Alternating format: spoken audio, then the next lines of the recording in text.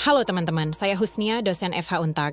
Pada kesempatan kali ini, kita akan membahas tentang perkembangan perdagangan dan munculnya hukum dagang di Indonesia. Selamat datang di video pembelajaran kali ini. Perdagangan merupakan kegiatan tukar-menukar barang atau jasa yang sudah ada sejak zaman dahulu. Sementara hukum dagang muncul untuk mengatur kegiatan perdagangan tersebut agar berjalan tertib dan adil.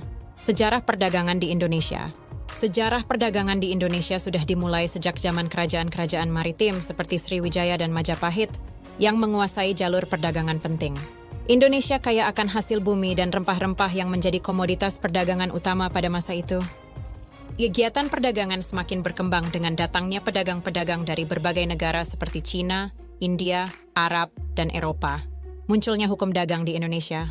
Seiring berkembangnya kegiatan perdagangan, muncul kebutuhan untuk mengatur kegiatan tersebut secara hukum. Pada zaman kolonial Belanda diberlakukanlah Wetboek van Koophandel atau Kitab Undang-Undang Hukum Dagang pada tahun 1848.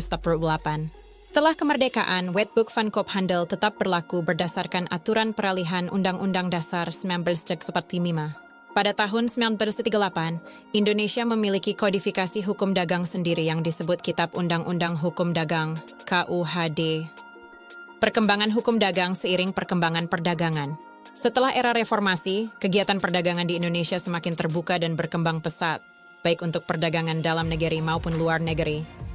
Untuk mengikuti perkembangan tersebut, terdapat beberapa peraturan perundang-undangan baru yang mengatur kegiatan perdagangan, antara lain, 1. 8 tahun 1997 tentang dokumen perusahaan. 4 tahun 1998 tentang kepailitan. 37 tahun 2004 tentang kepailitan dan penundaan kewajiban pembayaran utang. 40 tahun 2007 tentang perseroan terbatas. Hukum dagang hadir untuk mengatur kegiatan perdagangan agar berjalan tertib dan adil bagi semua pihak. Dengan adanya pembaruan peraturan, diharapkan kegiatan perdagangan di Indonesia dapat terus berkembang dan berjalan lebih baik lagi. Bagaimana teman-teman, mudah untuk dipahami kan? Terima kasih telah menonton video pembelajaran ini. Sampai jumpa di video selanjutnya.